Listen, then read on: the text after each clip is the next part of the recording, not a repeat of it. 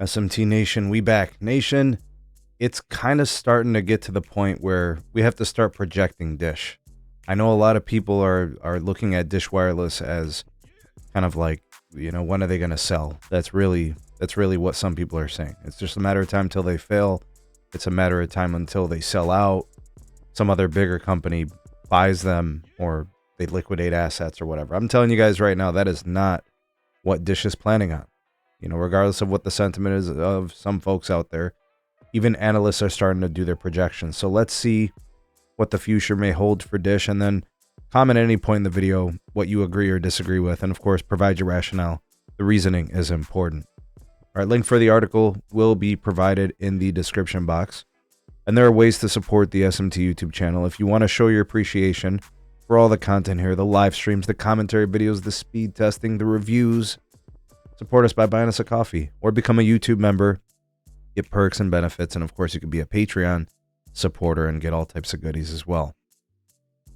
Okay, so, what Dish has been doing has been focusing on building out a network. They've got FCC requirements that they've got to get to. The next one, I believe, slated for next year. And, Dish has hit their mark on all their other requirements.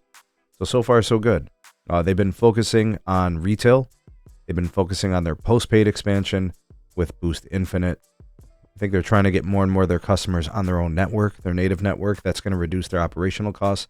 So they're trying to find ways to become more profitable, increase revenues, and improve their margins. It looks like that may be the projection. All right, so 2024, the revenues are projected to be at $18.27 billion. And they should be increasing annually so that at 2033, so we'll call it 9 years from next year, we'll call it 10 years from today, they'll be generating $41.73 billion. So 18 billion to almost 42 billion. That would be incredible. That would be amazing, right? That would be a business that I would consider to be sustainable and has gained some market share.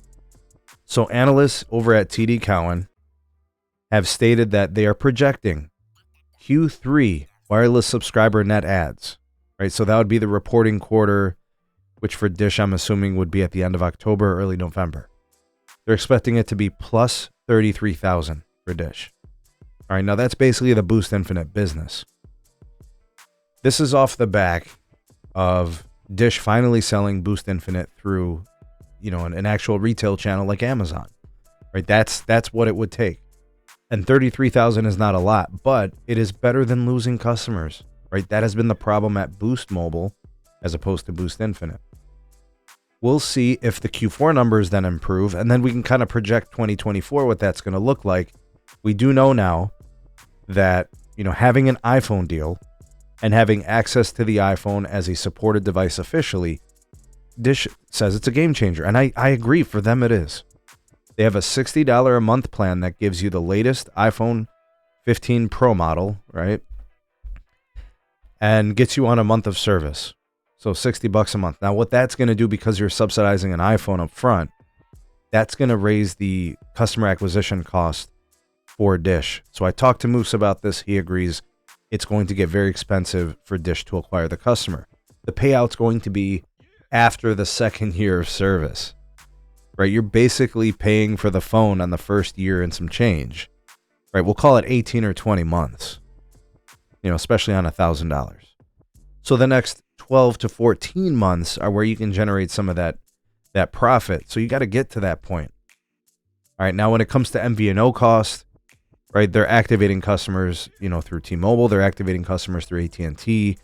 And they've got some switching with the Rainbow SIM and all these other things. But really what they're trying to do is get as many customer gigs of usage on the native Dish network and away from T-Mobile and AT&T, because you got to pay for that access, right? Those gigs of data, they're paying a wholesale rate, but it's still costly. It's still more expensive than it is on their native network, right? So these are all things we got to consider. So I know some are speculating about an Amazon Dish MVNO, a way for Amazon to sell the service and Dish being the host and all these other things. Those are great idea, folks. Great ideas. But really, Dish's main focus is hit their network build so they're not fined by the FCC, and continue to try to disrupt the industry with better deals than their competitors. And that's the hardest thing to do because this market is mature. You've got cable MVNOs that are giving away free lines. You've got T-Mobile giving away free lines.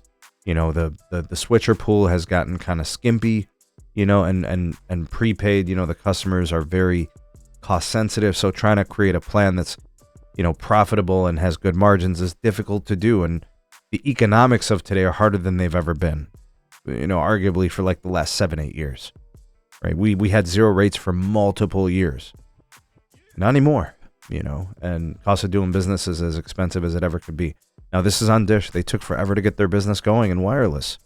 This was up to them. It's on them. They could have did this in 2016, 18, you know, but they waited, and this is the environment. This is the hand they've been dealt. We'll see if they come out on top with any type of positives here, Q3 and Q4. We'll see. We'll get those numbers, you know, at a later time, and we're tracking it. And tell me what you guys think of all this. There's a lot of data in there. There's a lot of predictions. You know, what's your take? You guys agree with some of them? Do you disagree? And of course, provide your reasons. I, for one, am rooting for Dish. I know some people don't. They hate Dish. I'm not a hater. I know that they are culpable for some awful things, and things haven't been great, but, you know, just like a fourth competitor. I mean, after all, that's what the DOJ promised us. We'll see if it happens. Sound off in the comment section below. You all, the voice of the people, the SMT Nation. Let your voice be heard.